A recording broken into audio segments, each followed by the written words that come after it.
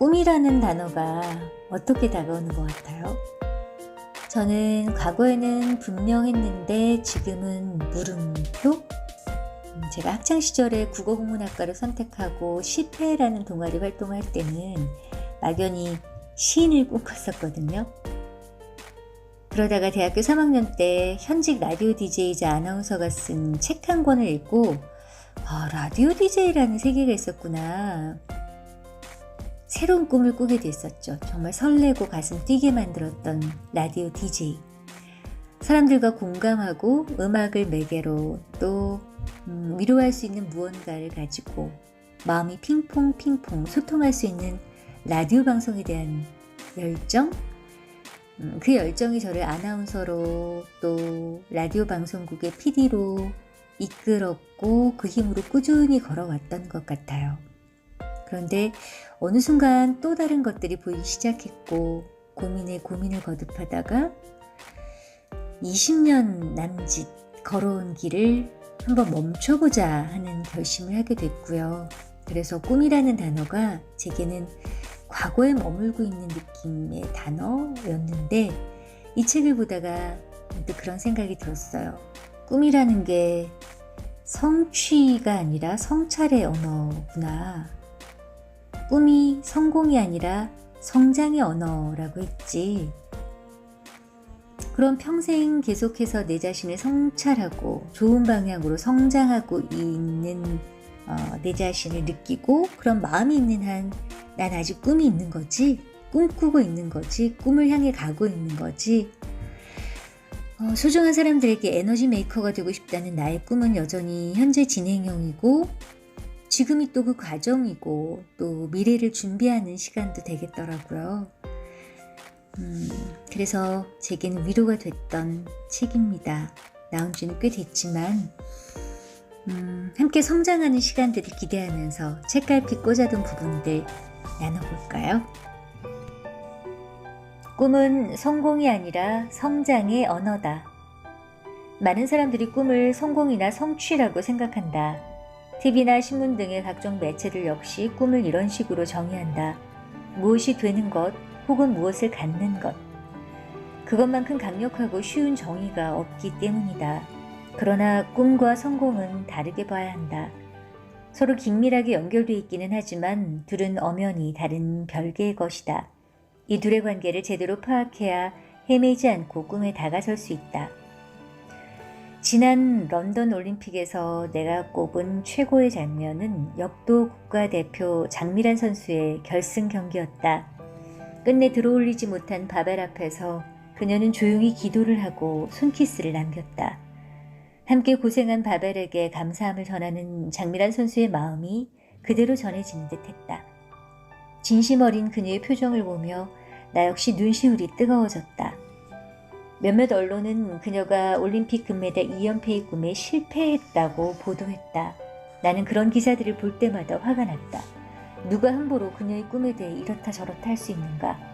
금메달을 따면 이룬 꿈이고 못 따면 실패한 꿈인가? 나는 바벨에 손을 얹은 그녀를 보며 알게 됐다.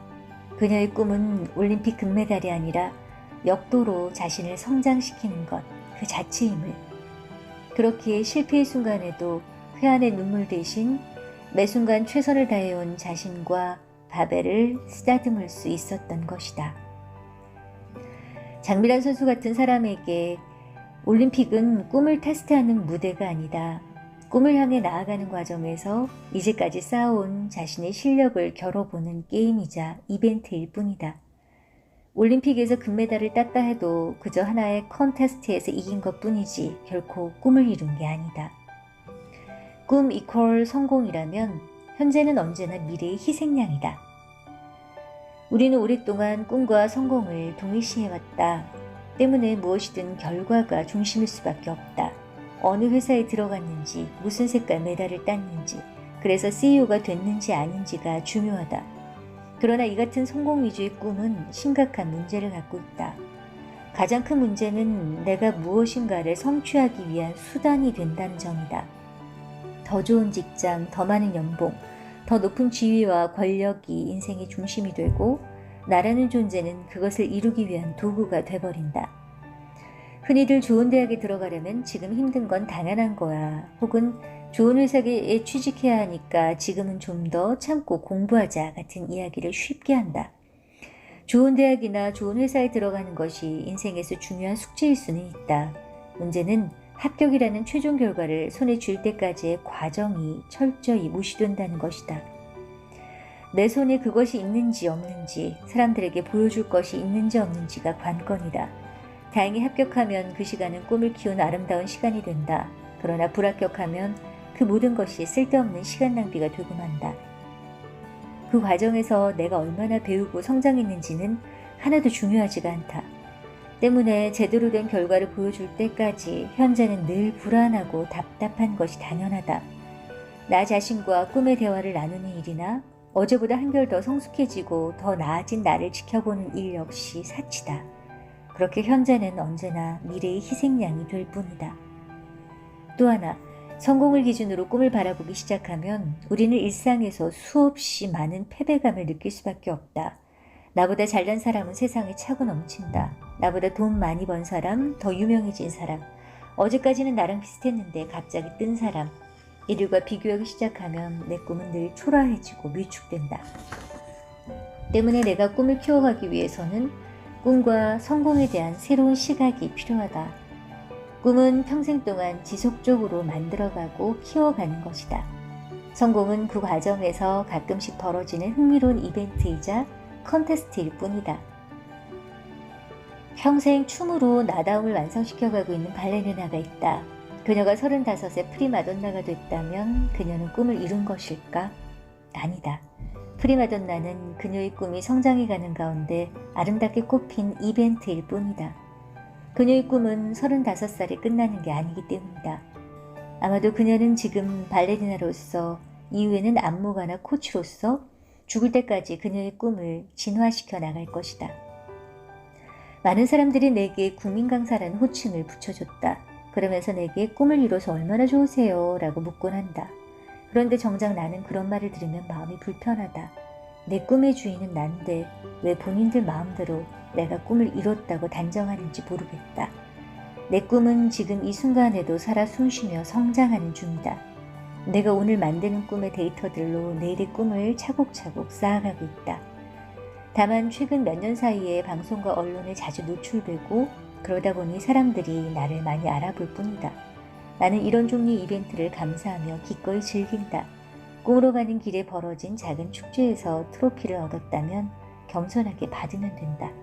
이를 통해 내 실력을 확인해보고 내가 어디쯤 와 있는지 살펴보면 그뿐이다. 그러나 그 트로피 자체를 꿈이라고 생각하면 갑자기 길을 잃어버린다. 남들이 부러워하는 트로피를 가졌다는 이유만으로 교만해지기도 한다. 정점에 올라섰던 많은 사람들이 그렇게 바닥으로 한없이 추락했다. 나 역시 지금은 사람들이 내 이야기를 기울여주지만 노력을 게을리해서 70살이 됐을 때 아무도 나를 기억하지 못한다면 결코 꿈을 이뤘다고 볼 수 없다. 잠시 꽃 피었을 뿐이다. 작은 트로피를 꿈이라고 착각하고 꿈꾸기를 멈추는 청춘들도 부지기수다. 내가 아는 한 방송사 아나운서는 5년 동안 아나운서 시험 준비에 매달렸다. 하루에 서너 시간만 자며 열정적으로 시험 준비에 매달려 마침내 합격했다. 처음 몇 년은 마냥 행복하기만 했다. 그런데 시간이 지나 어느 정도 방송 업무에 익숙해지자 무언가 불안하고 답답해지기 시작했다. 스스로가 자신의 성장을 멈추게 만들었다는 것을 깨달았기 때문이다.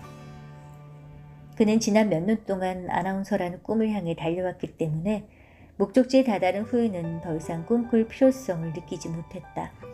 그리고 처음 몇 년은 아나운서 시험을 준비하면서 쌓은 미천으로 버텼지만 담는 것이 없이 쓰기만 하니 시간이 갈수록 실력은 오히려 퇴보하는 것 같았다. 그는 요즘에 불안한 마음에 또 다른 꿈을 찾고 있다고 했다. 꿈은 성취가 아니라 성찰이고 성공이 아니라 성장이다. 과연 그에게 꿈이 있었을까? 그가 꿈이라고 생각했던 것, 즉 무엇이 되거나 무엇을 갖는 것은 게임에서 얻은 트로피였을 뿐이다. 작은 목표를 성취하는 것과 꿈을 이루는 것을 완전히 착각하고 있었던 것이다. 때문에 스스로를 평생 성장시켜야 할 꿈의 주인이 아니라 트로피를 향해 달려가는 게이머로 취급했다. 게이머는 한 가지 게임이 끝나면 또 다른 게임을 찾아 떠날 뿐이다. 실제로 많은 이들이 꿈이 아니라 게임을 찾아다닌다.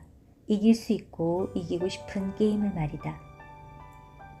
이런 사람일수록 작은 꿈의 단서에 흥분해 지금까지 했던 일을 헌신짝처럼 버리고 홀랑 갈아탄다. 끝까지 나무만 보고 숲을 보지 못하는 것이다. 그런 면에서 보자면 성공의 트로피를 일찍 받는 게 꼭 좋은 일이 아닐 수도 있다.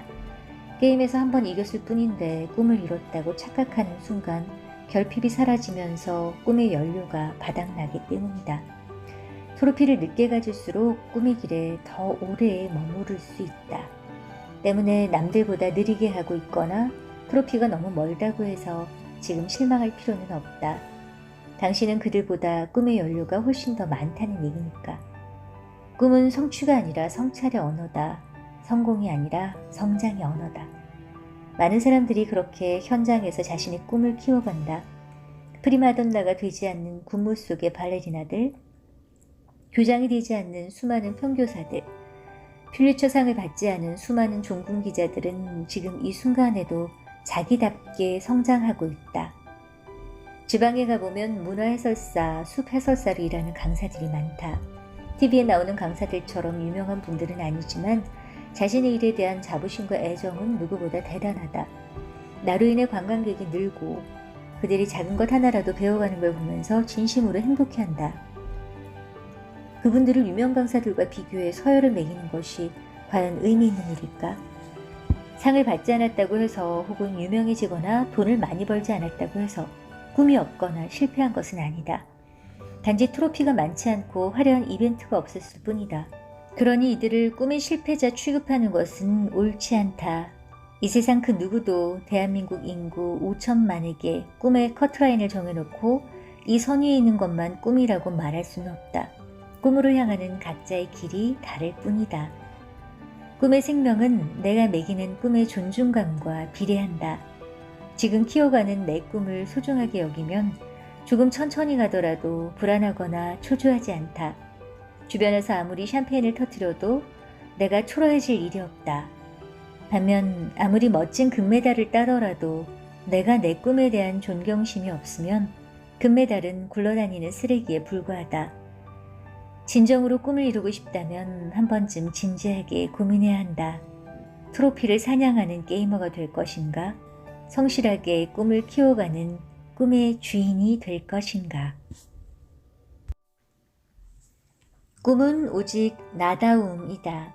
당신의 꿈이 뭐냐고 물어보면 사람들은 이런 얘기를 가장 많이 한다. 20년 안에 10억 원 모으기요. 5년 안에 내 집 마련하는 겁니다. 행정고시에부터 고위직 공무원이 되는 거요. 그러나 이런 것들은 꿈이 아니다. 꿈으로 가는 과정에서 세우는 단기 혹은 장기 목표일 뿐이다. 목표를 꿈으로 착각하는 순간 우리는 길을 잃는다.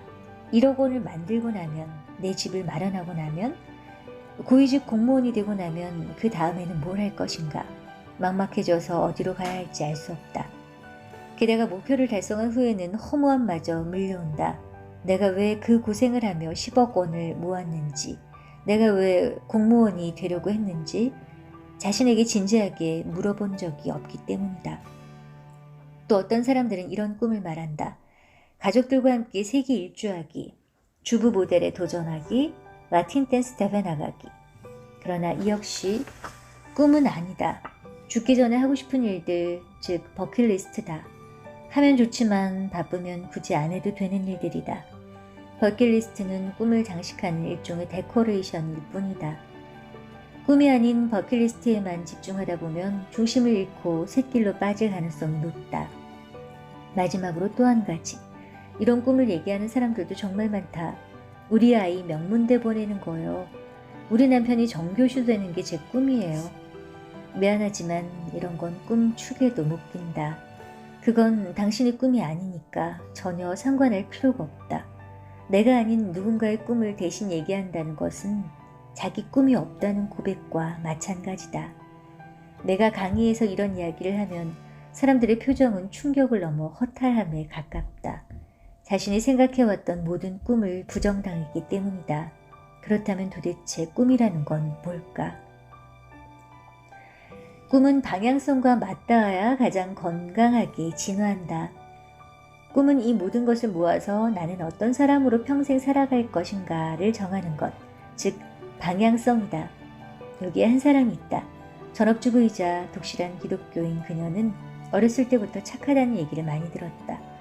성품이 워낙 사려있고 입도 무거워 많은 사람들이 그녀에게 아픔을 토로했다. 친구는 물론 엄마까지도 그녀에게 많은 모든 문제를 털어놓았고 그녀와 대화를 하고 나면 한결 홀가분한 표정으로 돌아갔다. 나는 너랑 얘기하면 울다가도 웃게 돼. 혹은 나는 너랑 얘기하면 마음에 평안이 생겨 하는 얘기를 남기고. 이렇게 주변 사람들의 달라진 모습을 보면서 그녀는 자연스럽게 이런 고민을 시작하게 됐다. 나는 주변 사람들에게 평화와 행복을 주는 사람으로 살고 싶어. 기왕 하는 김에 제대로 해볼 수 있는 방법이 없을까? 이게 정말 중요하다. 누구나 나이가 어느 정도 되면 막연하게나마 이런 사람으로 살고 싶다는 방향에 대해 생각한다. 이렇게 살면 자아 존중감이 넘치고 행복할 것 같다고 생각되는 방향이다. 그리고 이 방향에 걸맞은 세부 목표를 만들기 시작한다. 독실한 크리스천이었던 그녀는 전도사 공부를 시작했고 성경 말씀에 대해 묵상하는 큐티 모임을 만들었다. 그 모임을 통해 아픔을 가진 많은 사람들이 자가치유 능력을 갖게 되면서 그녀는 어느덧 교회마다 다니며 큐티에 대해 강의하는 강사가 됐다. 자기 방향에 맞는 작은 목표들을 조금씩 이뤄 나가면서 목표도 점점 커진 것이다. 꿈은 작은 목표를 달성하면 저절로 큰 목표로 전진하는 속성이 있다. 결국 그녀는 목회학 석사과정과 실천 신학 박사과정을 밟은 뒤 현재 교육 전문 전도사로 기독교 리더들을 키우고 있다. 바로 내 막내 동생의 이익이다. 인생의 방향성을 알면 하위 목표가 점점 단계를 밟아가서 자기에게 걸맞은 더 큰 꿈을 만들어낸다. 이것이 가장 건강하게 꿈을 진화시켜 나가는 방식이다. 방향성이 분명하면 창의적이고 다양한 목표를 만들 수 있다. 그러나 꿈이 목표 그 자체가 되면 한 방향으로 통합되지 않고 따로 논다. 꿈의 시너지가 떨어지고 가끔은 회의감마저 든다. 왜 이렇게 바쁘게 사는지 자신도 모르기 때문이다. 때문에 꿈을 이뤄간다는 것은 가장 나다운 방향을 정해서 평생 동안 그 길로 걸어가는 일이다. 물론 방향을 정하는 것은 어려운 일이다. 오랫동안 자기 자신과 대화를 나눠보고 성찰해보지 않은 사람은 결코 정할 수 없다. 내 막내 여동생은 종교가 끊임없이 자기 성찰을 하도록 만들었기 때문에 큰 방향을 정하고 목표를 세우는 것이 상대적으로 쉬웠을지 모른다. 그러나 일반적으로는 오랫동안 수없이 고민하고 시행착오를 겪어야만 방향도 분명히 알 수 있다. 그래서 이제 막 꿈의 세계에 입문하는 사람들은 자신이 이뤄놓은 혹은 이루고 싶은 모든 리스트를 열거할 필요가 있다. 버킷리스트건 세부 목표건 몽땅 모아놓고 연구하는 것이다. 그 중에는 그저 욕심에 불과했던 것도 있고 이루고 나니 창피했던 것도 있을 것이다. 이 모든 것을 솎아내고 공통점을 분석해 보면 방향성이 어렴풋이 보일 것이다. 내 경우는 그 방향성이 남에게 좋은 영향을 주는 사람이었다. 그리고 그 방향성을 담기에 제일 좋은 직업이 강사였다. 이 꿈 안에서 매년 새로운 목표들이 10개 이상 생겼다. 이런 목표들 덕분에 더 바쁘고 보람있게 뛰어다닐 수 있었다. 그러다 보니 방향성은 작년보다 훨씬 더 분명해져 있었다. 더불어 내 자부심과 행복감도. 이처럼 꿈은 방향성과 맞닿을 때 가장 건강하게 진화한다. 꿈은 나다움이라는 자기만의 그림을 완성해가는 일. 방향성의 관점에서 나는 꿈에 대해 이렇게 정의한다. 강한 동기로 실현하는 나다움. 꿈을 이뤄간다는 것은 나를 가장 나답게 키워가는 일이라는 것이다. 그렇다면 나답다는 말은 대체 뭘까? 나와 나다움은 완전히 다르다. 사람은 태어날 때 누구나 나로 태어난다. 당연한 얘기다. 하지만 나다움은 검증된 나, 축적된 나다. 나가 하얀 캔버스라면 나다움은 그 위에 내가 그리는 그림이다. 잠재되어 있던 나의 실체가 드러나는 것이다. 세상을 만나고 타인들과 교류하면서 나만의 밑그림을 그리고 색깔을 칠해나간다. 재미있는 이야기들로 친구들을 울리고 웃기는 재주, 어떤 사람과도 스스럼 없이 친해지는 친화력, 대학 때부터 돈을 벌게 만들었던 가난과 결핍 등 내가 평생 쌓아왔던 데이터들이 누적돼 나다움을 만들어낸다. 물론 여기서 말하는 나다움은 편집된 나다. 세월이 길든 짧든 우리는 지금까지 살아오면서 수없이 좌절하고 도망치고 후퇴하기를 반복했다. 지금의 나는 그런 모든 실패와 성공의 데이터가 복합된 불완전한 존재다. 그러나 나다움은 내가 만든 가장 미래지향적인 데이터들만 모아놓은 것이다. 내가 가진 것들 중에서 가장 괜찮은 것, 언젠가는 꼭 그렇게 되고 싶은 나의 모습인 것이다. 그래서 꿈은 나다움이다. 바깥에 있는 거창하고 화려한 것이 아니다. 선망하는 멘토나 롤모델도 아니고 신과 같은 절대적인 존재도 아니다. 멀지 않은 미래의 내 모습, 조금만 더 노력하면 가능해질 것 같은 나 자신일 뿐이다. 때문에 나다움은 고정된 것이 아니다. 오늘 내가 쌓은 데이터에 따라서 시시각각 변화하고 성장한다. 오늘은 어제까지 누적된 나다움으로 살고 내일은 오늘까지 누적된 나다움으로 살아간다. 이처럼 나다움은 현재 내가 살고 있는 매 초, 매 시간과 밀접하게 연결돼 있다. 이 때문에 나다움이 멈췄다는 것은 오늘 내가 누적한 게 없다는 얘기다. 반면 매일매일 데이터를 누적한 사람은 끝없이 성장한다. 인간의 꿈이야말로 가장 변화무쌍하고 위대한 가능성을 가졌다. 비슷한 환경에서 성장해도 50년 후 꿈과 함께 성장한 사람과 아닌 사람의 차이는 실로 어마어마하다. 꿈을 스승 삼아 뚜렷한 목적의식을 가지고 자기 자신을 갈고 닦은 사람은 결국 누군가의 꿈을 키우는 스승이 된다. 사람들은 모두 나라는 숙제를 가지고 태어난다. 나는 어떤 사람일까? 나는 뭘 좋아할까? 나는 어떤 가치를 실현하고 싶을까? 등 누구나 자기 자신에 대해 본능적으로 궁금해한다. 그러나 사람마다 숙제를 대하는 태도는 제각각이다. 누군가는 자신의 문제를 푸는 것도 모자라 남의 것까지 대신 풀어준다. 반면 누군가는 자기 숙제조차 제대로 풀지 못하면서 남의 문제를 잘 푸나 못 푸나 감시만 한다. 평생 누군가의 꿈을 지켜보는 구경꾼으로 남는 것이다. 결국 꿈은 내 숙제를 가장 낮은 곳에서 성실하고 고독하게 풀어가는 사람만 얻을 수 있다. 지금까지 세상은 우리에게 꿈 이퀄 성공 혹은 꿈 이퀄 이기는 것이라고 주입했다. 그래서 우리에게 꿈은 곧 경쟁이자 게임이고 커트라인에 있는 순위 싸움이었다. 그래서 우리는 꿈을 열망하면서도 한편으로는 무의식적으로 꿈에 지쳐 있었다. 세상은 우리에게 쉴 새 없이 말한다. 꿈을 이루고 싶어? 성공한 사람들을 봐. 오바마처럼, 스티브 잡스처럼, 엄마 친구 아들처럼 저렇게 뛰어야 해. 안 그러면 너는 루저일 뿐이야. 그러나 꿈이 트로피가 아니라 나다움이 되는 순간 우리는 이 지긋지긋한 경쟁의 매트릭스에서 벗어날 수 있다. 꿈은 그저 나 자신이기 때문이다. 내가 원하는 모양, 색깔, 속도대로 그려가는 나만의 그림일 뿐이다. 비교할 수도 없고 비교할 필요도 없는 각자의 그림. 꿈을 이뤄간다는 것은 나다움이라는 자기만의 그림을 완성해가는 일이다. 그렇다면 구체적으로 꿈을 만드는 데는 어떤 재료가 필요할까? 꿈은 4가지 드림 리소스로 구성된다. 결핍, 실행력, 역량, 가치관이 그것이다. 각각에 대해 간단히 소개하겠다. 첫 번째 재료는 결핍이다. 앞서 말한 꿈의 정의에서 맨 처음에 나오는 강한 동기란 꿈의 원초적인 에너지원을 의미하는데 그것이 바로 결핍이다. 쉽게 말해 현재의 나와 희망하는 나 사이의 간극이다. 그 간극이 클수록 개인이 느끼는 결핍은 커진다. 결핍은 바깥에서 들어오는 외부적 결핍과 스스로 만들어내는 내부적 결핍으로 나뉜다. 이 중에서 고난과 위기로 표현되는 외부적 결핍은 더 막강한 힘을 가진다. 꿈을 꾼다는 것은 어제와 다른 오늘을 살겠다는 결단이다. 그러나 수십 년간 살아온 관성의 법칙을 깨야 하기 때문에 웬만한 힘으로는 어림도 없다. 익숙함과 편안함으로 단단히 무장한 일상을 부수려면 엄청나게 강한 동기가 필요하다. 그래서인지 드림워커들은 하나같이 10대 20대에 고생을 많이 했다. 그중 가장 흔한 것이 청소년기의 아버지 사업 망학이다.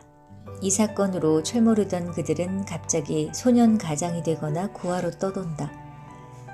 혹은 스스로 가출을 감행하거나 학교를 그만두고 일찌감치 사회에 뛰어드는 경우도 많다.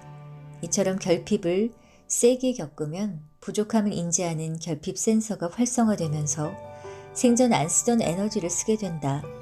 누군가에게 먼저 다가가는 용기, 아닌 것은 아니라고 말하는 배짱, 죽기 살기로 일단 뛰어드는 도전, 게다가 결핍의 상황에서는 선택의 폭이 극도로 제한되기 때문에 한 우물만 파는 끈기도 저절로 생긴다. 그야말로 꿈에 대해 필요한 다양한 재료를 만들어내는 원천 에너지인 셈이다. 두 번째 드림 리소스는 실행력이다. 꿈의 정의에서 실현하는 이라는 말에 해당한다. 사실 실행력은 길게 설명할 필요가 없다. 말 그대로 행동에 옮기는 힘이다. 휘발유가 아무리 많아도 엔진이 없으면 차가 달릴 수 없듯이 결핍이라는 에너지원으로 꿈을 현실로 만들려면 실행력이라는 엔진이 반드시 필요하다. 드림워커들은 하나같이 실행의 달인들이다. 국제사회복지사 김혜영 씨는 평소 꿈이나 목표 같은 말을 잘 쓰지 않는다. 목표를 세우면 그 즉시 그것을 실행에 옮겨 이미 현실로 만들었기 때문이다. 실행력은 꿈을 이루는 것뿐만이 아니라 꿈을 만드는 단계에서도 꼭 필요하다. 나다움은 실행 속에서만 분명한 실체를 드러내기 때문이다. 여기서 말하는 나다움이 바로 역량과 가치관이다. 세 번째 드림 소스인 역량은 재능과 적성이다. 즉 내가 잘하는 것과 좋아하는 것이다. 우리는 꿈에 대해 생각할 때 가장 먼저 재능과 적성을 따진다. 좋아하는 것과 잘하는 것을 찾으려면 강한 의지를 가지고 오랫동안 나 자신을 관찰해야만 한다. 재능과 적성 둘 다 실행 속에서만 검증이 가능하다는 것이다. 머릿속에서는 무엇이든 잘하고 좋아하는 것 같지만 막상 현실에서 부딪혀보면 아닌 경우가 허다하다. 직접 경험해보고 나 자신에게 끝없이 묻고 대답하는 과정 속에서 비로소 꿈의 밑그림이 그려진다. 그러면 결국 나다움을 담는 그릇, 꿈의 명사가 완성되는 것이다. 마지막 드림 리소스인 가치관은 꿈의 나침반이다. 모든 꿈은 형용사와 명사로 이루어진다. 명사가 나를 담는 그릇이라면 형용사는 내 가치관이다. 가치관은 나다움을 완성시켜가는 방향을 잡아준다.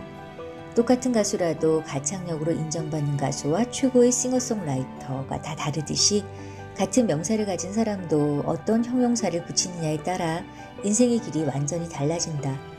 흔히 꿈을 명사로만 생각하기 쉬운데 형용사가 빠진 명사는 모래 위에 지은 집과 같다. 내가 왜 이 일을 하는가, 왜 이 길을 걷는가 라는 근원적인 질문에 답할 수 있어야 비로소 꿈의 자격을 갖출 수 있다.